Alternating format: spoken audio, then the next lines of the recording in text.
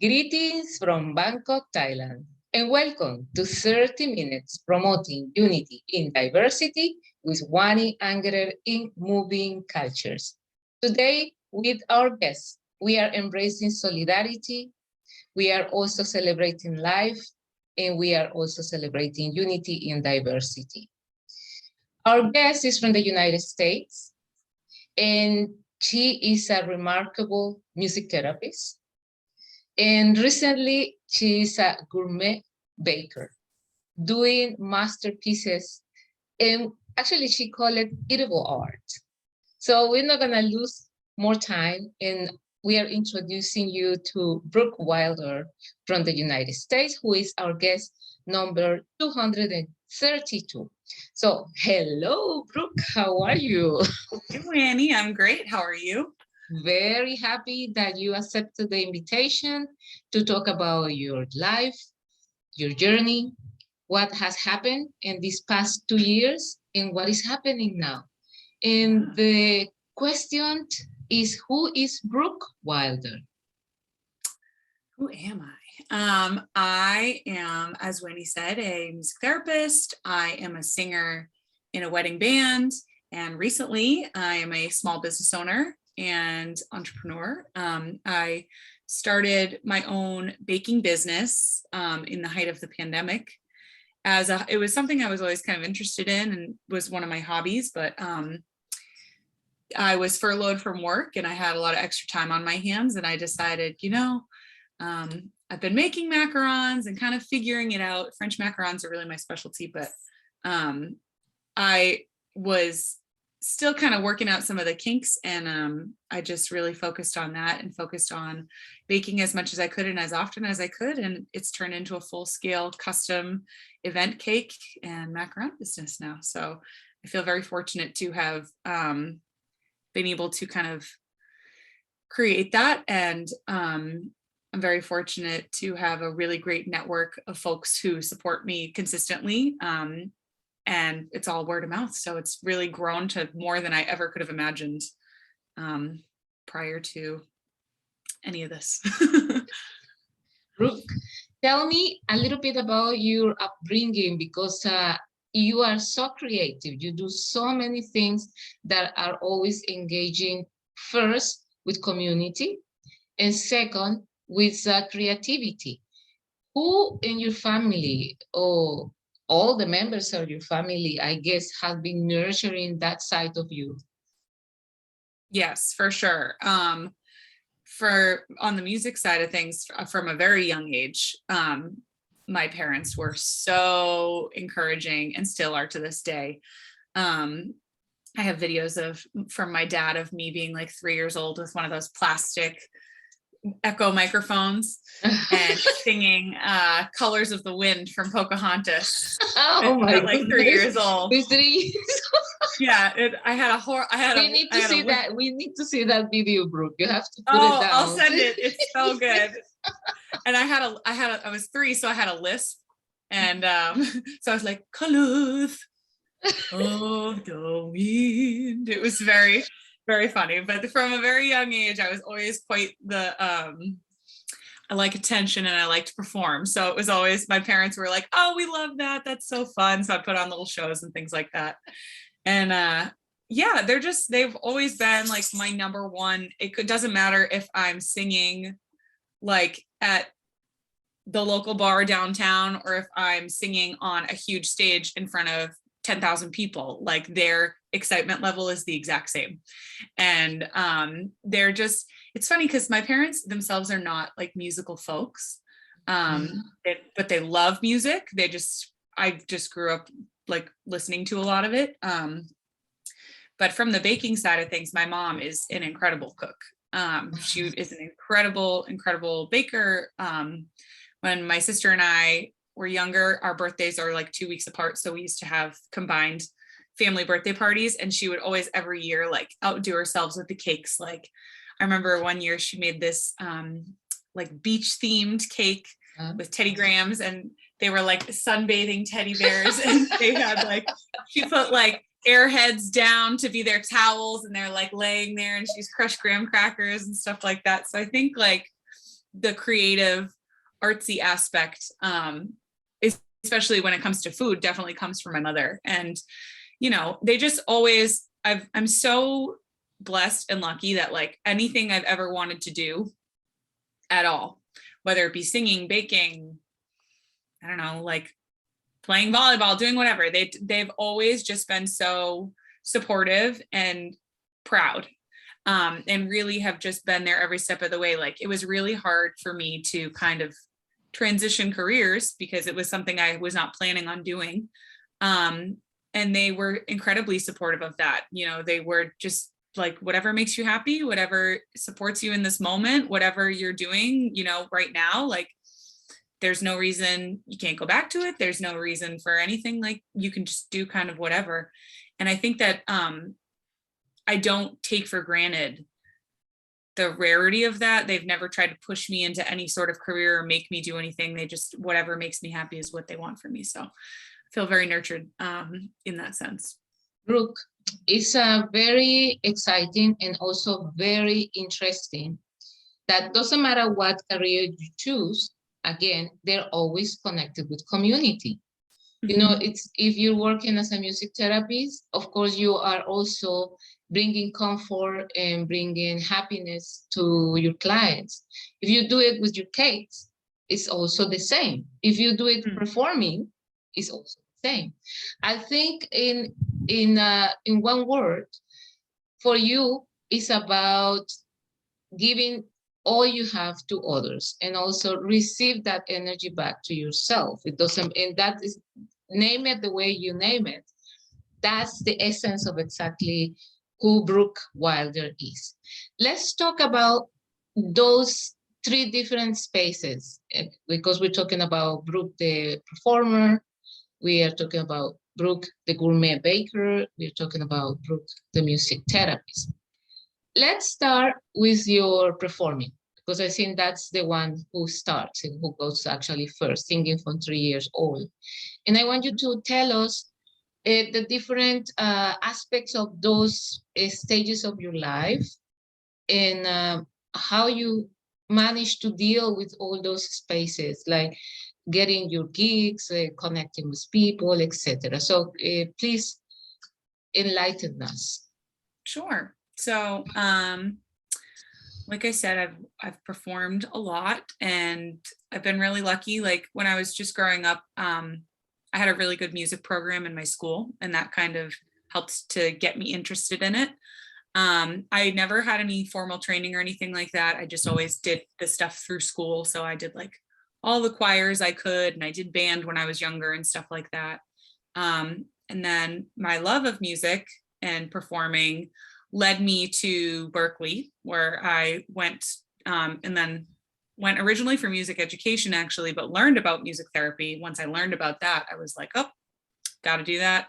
And then after I graduated, I actually found myself performing more than when I was at Berkeley, because I didn't have time when I was studying. So then I joined my band that I'm in now after I graduated, and I've been playing with them since I graduated, so quite a while. And over the past, I would say 5 years, I started getting in the general business circuit, doing weddings and events and things like that, which I really love. And now trying to balance that with cakes and everything else. I think it's just like, for me,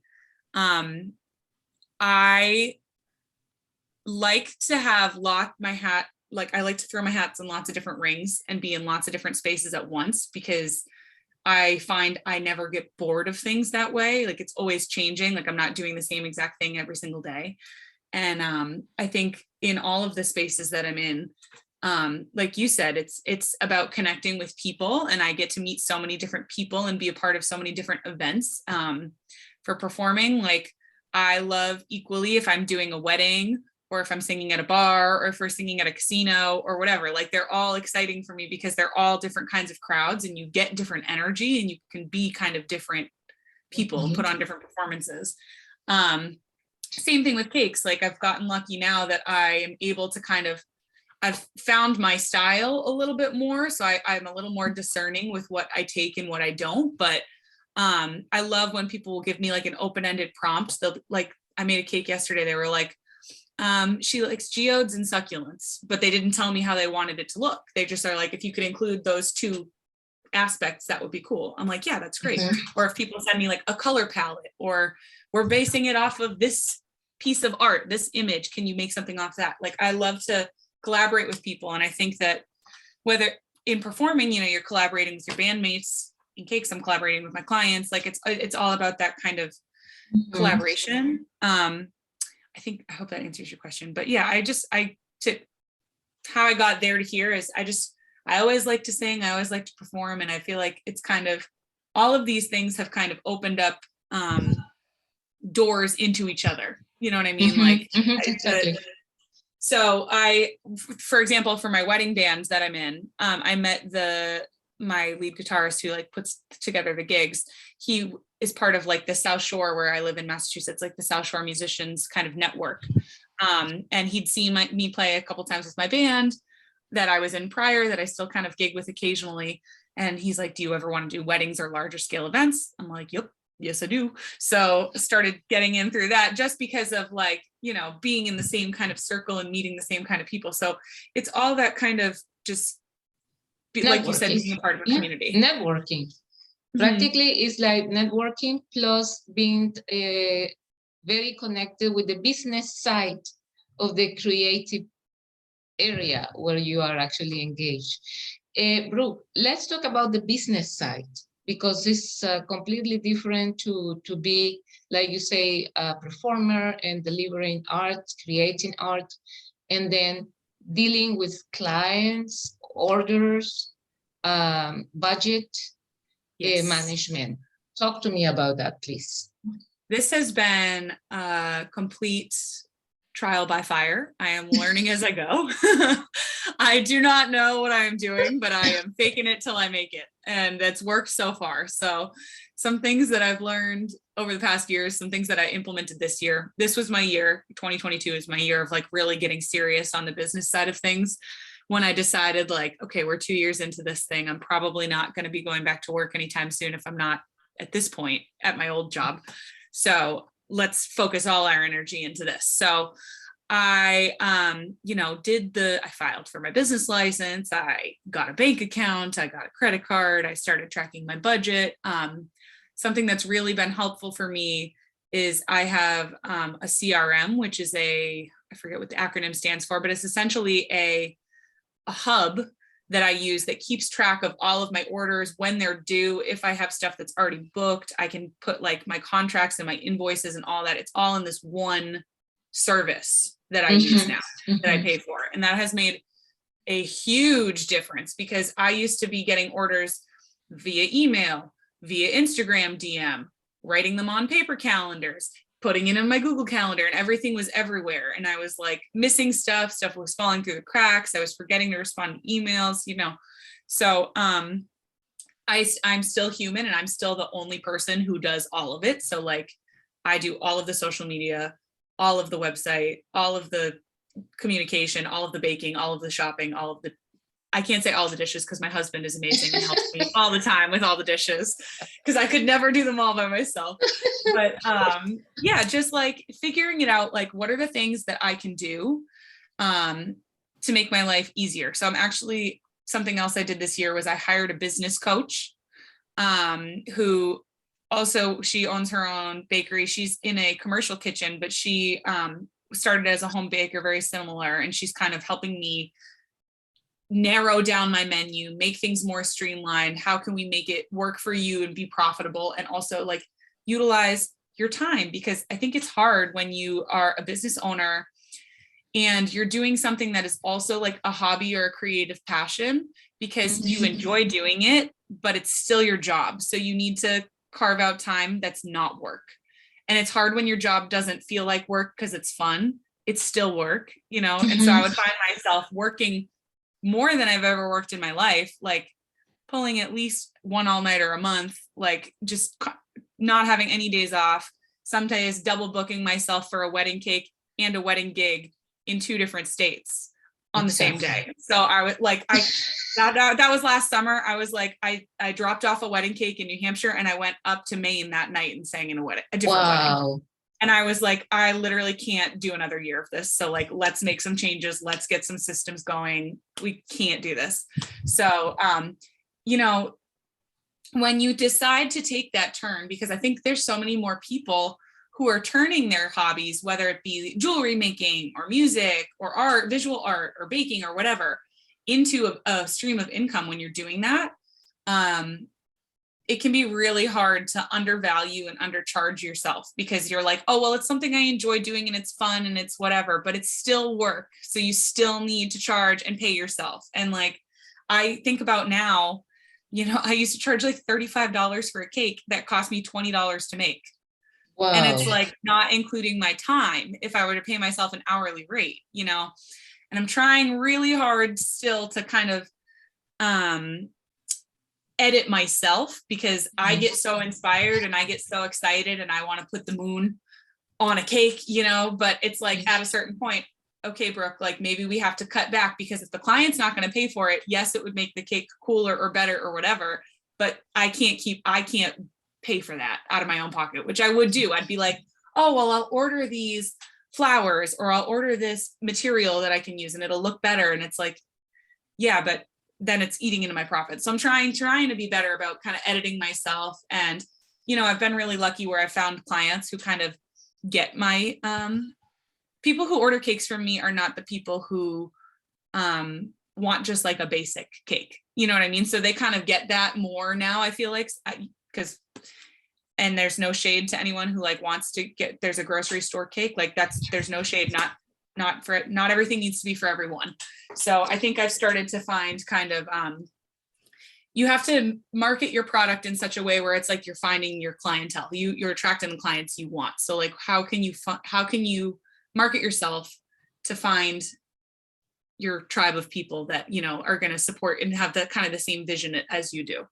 So Look, I see that you're coming from what we call higher position, because you were working for a institution, and then coming from the nonprofit sector, because working as a CEO of Ubuntu and doing all the different music therapy trips to Africa, you come from this what we call giving away and be giving back to the community sense that is completely different than the business. And yes. This is, I think, for you, I feel, you know, that that sense of not overcharging in your mind, because you're not even overcharging. I know. That's the reality. It's like it's coming from all those experiences of giving your time, volunteer work, engage into charity, and so on.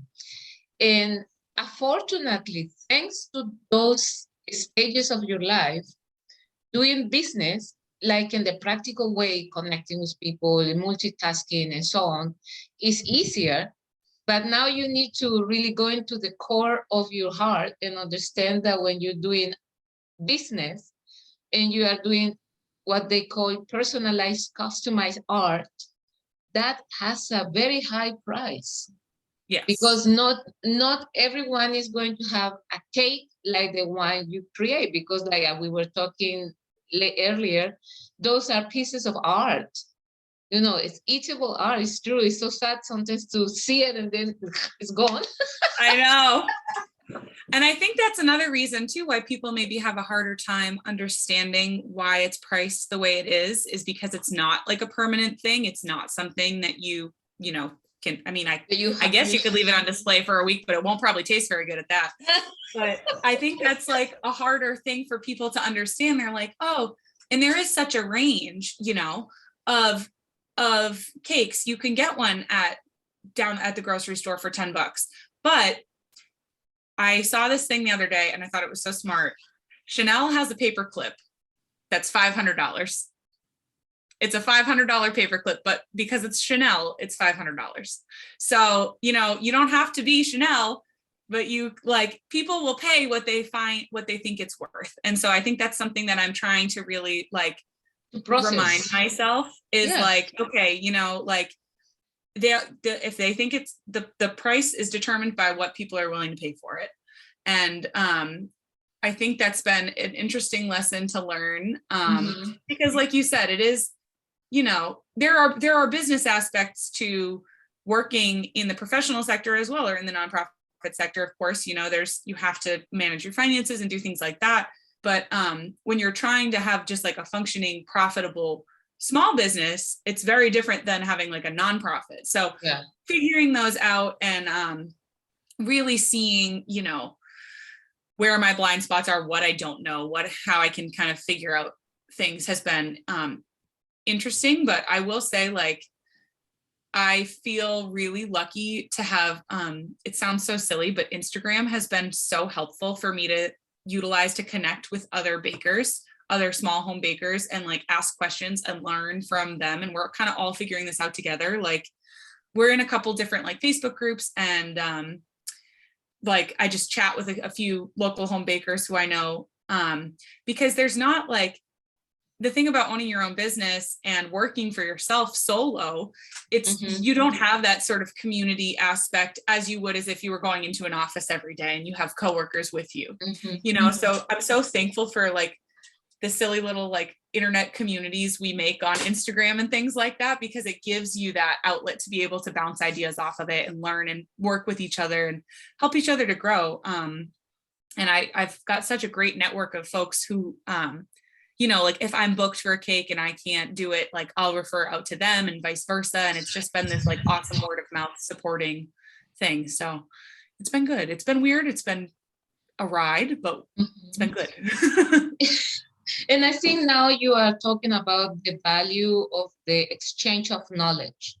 Yes. Because there is so much happening out there, and it's so many things that you are taking care of every day, that getting into this safe of heaven of people who actually think and do things like you is a way of allowing your mind to remember, what is also important, isn't it? Yeah. Because then you just run, like you said, it's crazy. You run like miles to do one delivery and then miles back to perform. And at the end of the day, what's the point? Yeah. Isn't it? Yeah, to be stressed out because you want to be delivering the best of you, but at the end of the day, you don't feel you haven't given to you the best of you. Well, that's the thing, right? Is it has to come from somewhere. Yeah. And so that's what I was realizing quickly is like, I'm doing everything for everybody all the time. And I have nothing for my family, for my husband, for myself, like I have no time. And so I am very much not a no person. I hate to tell people no, but I just have had to do it this year. I'm like, listen, this is my schedule. It is what it is. I'm taking off the entire month of July just because I need a break, and it'll be my 30th birthday. So my husband and I are going to go to Europe and we're going to have a time.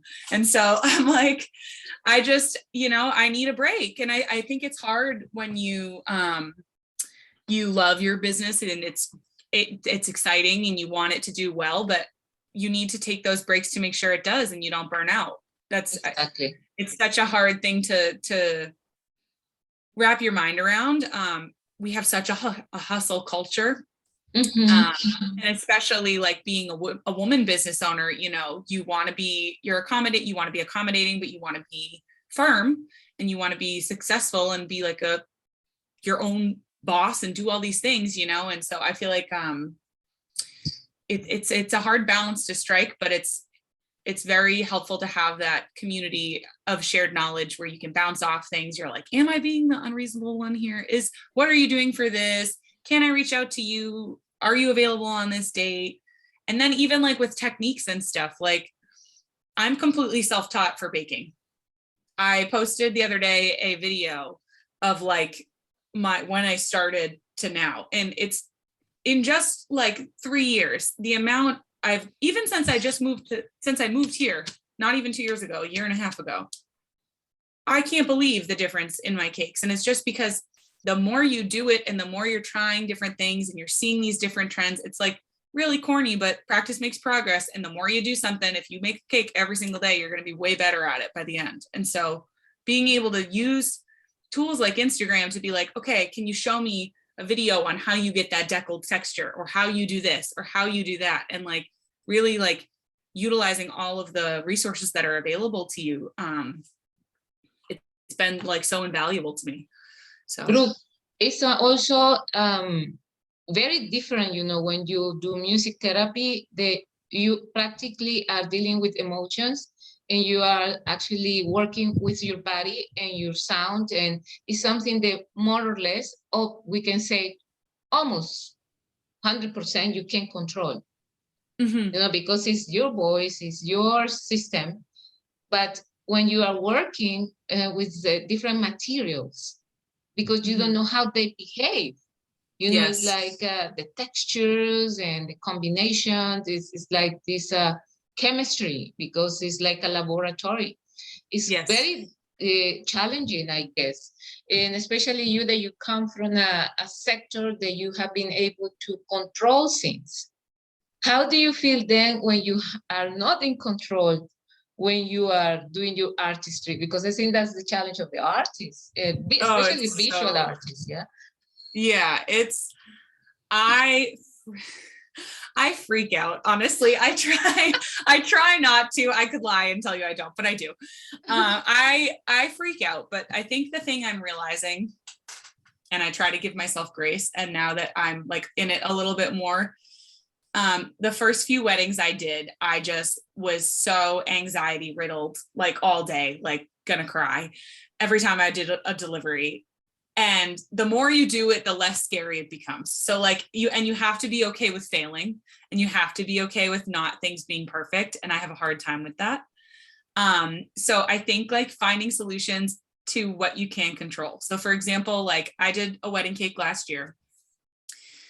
The coordinator did not communicate to me that the wedding was outside in a tent. It was 95 degrees out. Wow. They had me deliver the cake 3 hours before the event, which is not unheard of, but it could not sit.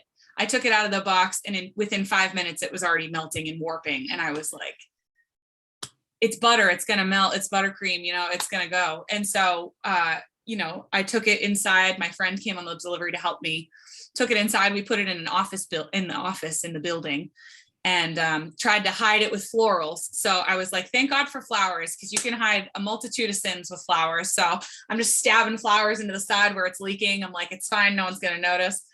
I had no idea if the cake made it. I assumed it was fine. I got the pictures back from the couple. Yeah, I know. I got the pictures back from the couple 6 months later. It looked totally fine. You could have no idea that it was sprouting a leak out of the side, and it was warping, and couldn't tell, looked fine. So it, just figuring out solutions where you can, like, okay, crap, like my cake is cracked up the side. What can I do? And then I know for next time, don't, put so much filling in, or use another dowel support wise, or like do all this stuff. So like learning kind of where you go wrong, and learning how you can adapt it in the moment, because like at the end of the day, with a lot of these things, if it's not going the correct way, you can like scrap it and start over, or you can, which is I've definitely done before, or you can try and work with what you got and figure out how you can adapt it and make it something else. And I think that's why, for me personally, I prefer to have a looser kind of guideline and interpretation, because then if something does go wrong, I'm like, well, now how do I make this look intentional? How do I make it look like it was supposed to always be there? And yeah, I don't know. It's funny. Some of the cakes that I've done that I don't have like a game plan going in for, or it wasn't what I had done initially, are like have become some of my most favorite ones. So sometimes these things that come up organically, just like give you kind of a new perspective, and you won't fall into the same kind of patterns of doing things all the time, because if you would never have intended it to come out this way, but you're like, well, now it is, and let me see what I can do with it. Okay, let's bring some images to support this conversation. And this is you're doing some wine tasting here. I was in Napa. Okay. For my friend's birthday. And how was it? It was amazing. We did a girls' trip. We'd been friends for 20 years. Wow. And so we went for her 30th birthday. And we went to Napa and Sonoma and San Francisco, and it was awesome. Fantastic. It looks very fresh. Yeah. Hey, one stage of your life. Yes. This is Brian, who is my co-singer from my original band. So he was the guy who I connected with right out of Berkeley. We've been playing together for like 7 years now.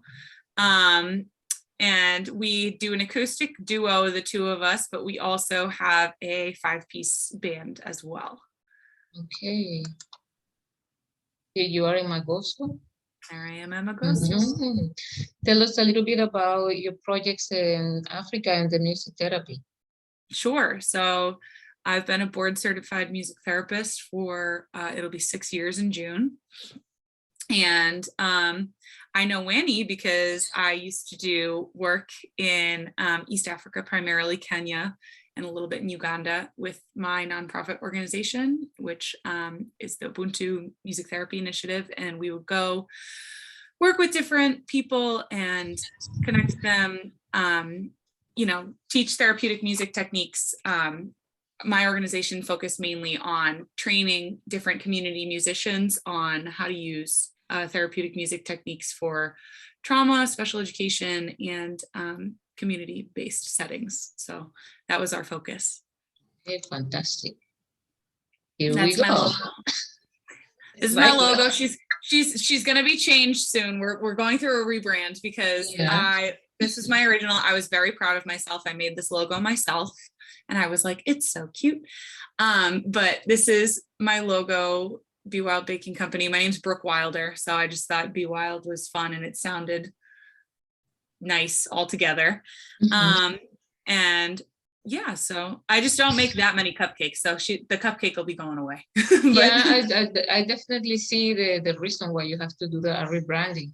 But now that you are mentioning your name, I think this is also part of your transition as a brand, because like you mentioned to your clients, if you like something from a specific brand, you pay whatever they're asking you, and you are creating a reputation. You already have an image, and you don't need people to come and ask you for discounts or a specific compromise behavior on your pricing when they will come and get what you're giving them. Yeah, isn't it? Exactly. And it has to do with all the work you have been doing and you continue doing. Okay, look at these beautiful cakes. Yes, this was actually an oldie. I made this one in August, but I saved it until St. Patrick's Day to share. Mm-hmm. And this is one of my most favorite clients ever. She loves cake. She ordered her cakes for the entire year for me. She gave me all the different dates. And so this was an anniversary cake for her aunt and uncle who are Irish. And she said, just whatever you want to choose, great. She just gives me very open-ended prompts or no prompt. And she'll just be like, whatever you want to do. So I was like, okay, Irish. And they want it. It's an anniversary cake. So I made a stencil to do the Celtic heart, and it's based off of hand fasting cords that I used actually with my husband at my wedding. And so it's a Celtic tradition where you have these cords and they tie and you fast the hands together, and it symbolizes the two lives joining into one. And so mine were white and gold like that, and I used them as a reference photo and went off of that. Beautiful, simple, but very meaningful. This is one of my favorites. I love it. Yes. Tell me. So, you know what? This is so funny because I made another one yesterday and I'm doing another one on Saturday. So the geodes are having a moment. We love this. So this was an amethyst. And so I had a client, she's like, my daughter's turning 18. I don't really know what, but it would be cool to do her birthstone, it's amethyst. And so I love making these. So I take clear rock candy. I cut out a chunk of the cake, frost it, stick the rock candy in, and it's all clear. And then I take gel food coloring and I dilute it with a little, you can use vanilla extract, but I use vodka. It's the same thing. It evaporates. It doesn't make the cake alcoholic or anything. And I use that to paint. So when you dilute the gel color, you can paint. And then I just try to stipple it out so it looks more like authentic and has a better gradation. And then I love gold because it makes everything prettier. So I gild the edges. And for this cake, I like to do on the top. It's called a deckled edge. I do that on a lot of my cakes, that kind of raw edge as opposed to the straight across, just because I don't know, I think it makes it more interesting. Yeah, it's so real. And I also exclusively work in buttercream. I don't do any fondant work. So that's something to note as well. So anything you see, you're like, I'll bring that up again. But this was so fun. This was for a Wild One safari themed first birthday party. And she liked, this is also kind of a really popular style right now, like a lot of texture. And it's like minimalistic, but not. It's minimalistic in the sense of, you know, there's not a whole ton of elements in it, but the palette knife, I used a palette knife to paint on those brush strokes. And then just added the animals. And the figures, the animal figures are plastic? They're plastic, yeah. So she, I generally I like to use toys on the cakes because especially if they're for kids, then they can have them after and play with it. Sometimes I'll do like paper toppers or things like that. It would be cool if they were chocolate, but they are not. They're plastic. Okay, this is my pride and joy. This was my most nerve-wracking cake I've ever made in my entire life. It's all real cake too. I want to point out because a lot of these ones with the floating tier, the top tier is what's called a dummy cake. It's made of styrofoam. So, but this is not. This is all real cake. So this the figures and the flowers, everything is eatable? No. The tiers, the layers are cake. The layers, yeah, but so the pieces you put additionally for the decor, they can be of different materials. The flowers are real and the toppers are wood, but I'm saying like the tiers, usually when you see how that top tier is like floating? Yes. It can be heavy. So a lot of the time people won't use real cake. They'll use a styrofoam cake dummy. And so they essentially frost a piece of styrofoam to look like cake, but like you wouldn't actually cut it or eat it. It's just there for like show and looks. But this was all real cake. So this is my first 4-tiered wedding cake. And then I had the floating tier. It's called a ghost tier. So it has essentially like a metal stand on the bottom and a wire, and then on the top, and then the florist hides the wire with the flower arrangements. Puts all the flowers in a foam block so that they don't wilt. And so it's like illusion. It's an optic illusion. Exactly. I love this Portuguese theme. The tiles, Portuguese tiles. Love this one. Tell me the tiles. What are they? It's an edible image, so it's a frosting sheet.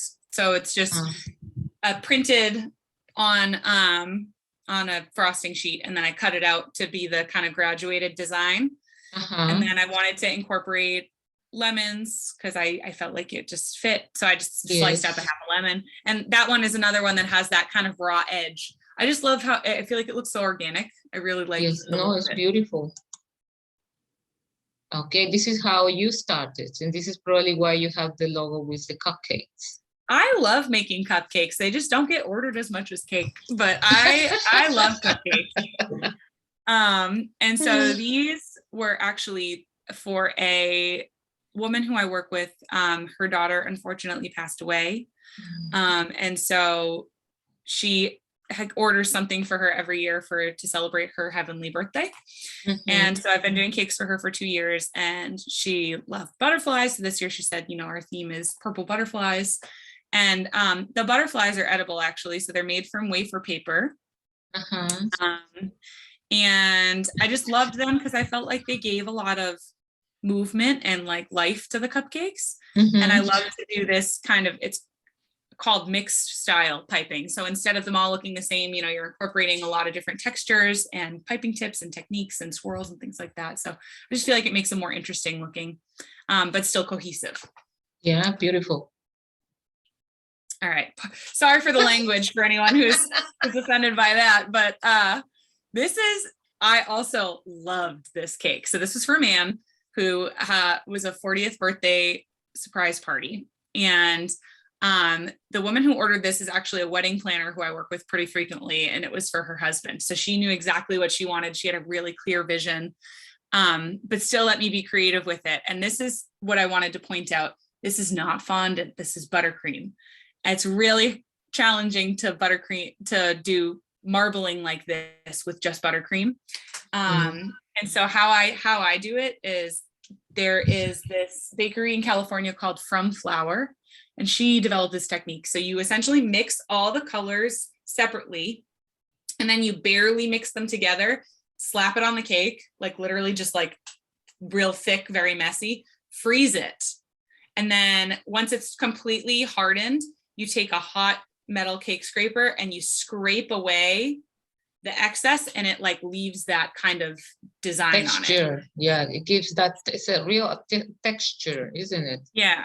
Wow. So it's a cool technique. But and then this is just simple rosette beautiful cake.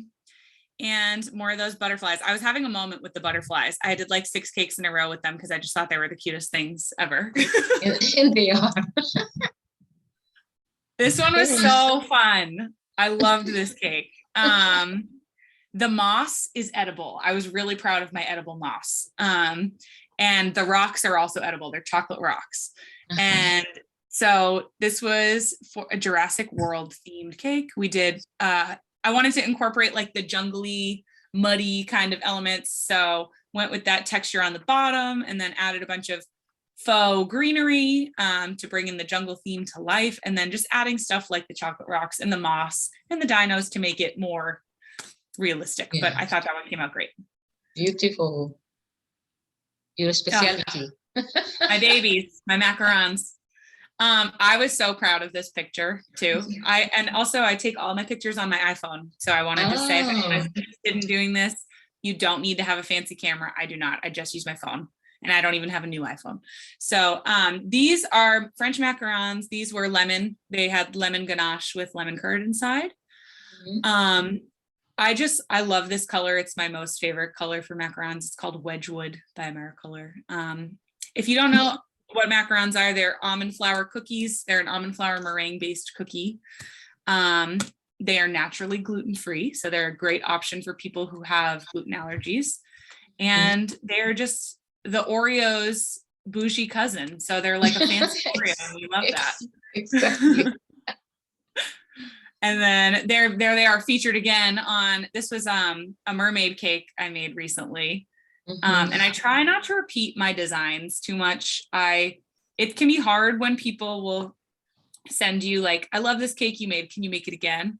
But I try to keep it interesting and different for myself. So I made a very similar cake back in August with the scales on it, but it was, the whole thing was covered in scales. And I was like, all right, I want to add some different elements to it. So I did more sporadic scale stenciling this time, had more bits of like sprinkles and texture. And then I added chocolate shells. So that was something that I did to kind of, in the macarons, I added the macarons. I didn't have that last time. So I just try to switch it up a little bit. Wait, let me bring these ones. What do you have here, or this is my contactless porch pickup. So this is what I do for whenever I have like a holiday order or things like that. I'm usually like exhausted by the time I am done with these. So I'm like, I just need to sleep and relax for a minute. But I put everyone's orders out with their name on it. My customers will choose a time slot. They come, they look for their order with their name on it. They take it off the porch table and they're good to go. It's a lot easier to do that in the winter and fall months, obviously. But luckily for me, most of the big holidays are when it's chillier out. So that works fine. So this was something that I instituted during COVID. But I honestly prefer it. I think it's a lot easier to just have it out there, be like, come between this time and this time, and it'll be ready for you when you go. And I think people can just grab it and go that way. Great idea, Brooke. Thanks. Okay. This was my first workshop ever that I just did. Turned out great. This was with a really cool, Wanny, you would love this place. It's called The Collective Co., and they are a all women's co-working space for women-owned businesses. And so it's all these really cool ladies with their own businesses, having a co-working space. They did a girls' night out event with me and this other woman, Catherine Rose Collections, who is a jeweler. And I taught my very first cupcake decorating class to 10 people. Oh, and wow. It was really fun. And they did not learn easy stuff. They did rose cupcakes. So they learned how to pipe buttercream roses. So they did the rosettes, which are those tiny swirls, but then they did actual roses, which they actually turned out so good. Everyone did a great job. I was really proud. Everyone seemed like they had fun. And we want to do more, but we were thinking about maybe expanding it to a kids class, like for school vacation weeks and stuff like that. Because one of the women who came to the class, she's like, my daughters were so jealous that they couldn't come tonight. They want to do it. So I would love to, you know, like we were talking about earlier, I love to be active, you know, in the community, and I love to teach and share what I know. Like I'm very passionate about doing that. And I think it's a great way to do that. So, and maybe I can inspire and foster the love of baking in some other little kids like it was for me. Wow. Okay, Brooke, this is our last image, and we practically finished our conversation. And it's been so comforting, you know, and so I can say educational, creative, inspirational, because out of necessity, like we were discussing earlier, beautiful things are coming and beautiful things are happening. So please give us a message regarding inclusion, participation, and diversity to close this conversation. Okay, let me think. So I would just encourage anyone who has any sort of interest in, you know, taking something that they're passionate about and pursuing it more, whether it be to the scale of creating a business or just spending more time doing it. Just do it. Just do it, because you are the one who is in your own way about it. I was telling Wanny earlier, I think, you know, the time that I didn't realize all the time that I could have been spending to learn these things and to ignite my passion further. I would always find excuses and reasons not to do it until I couldn't find one. So I would encourage you to get involved in your community, meet other people who know what you're interested in, learn from them, and just make sure you make the time to spend time on things you're interested in, if that makes sense. Brooke, I'm taking with me as a message, collaboration, follow your heart, be passionate, and be what we call intentional, have a purpose, you know. And I embrace you all the way from Bangkok, Brooke, and thank you for promoting unity and diversity, and I send you a lot of musical kisses, okay? And looking forward to see you in the near future, Brooke. Probably we can embrace sometime. I know, my goodness. Take care, and thank you very much, Brooke. Thank you, Wanny. It was so nice to see you. The same. Bye-bye. Bye.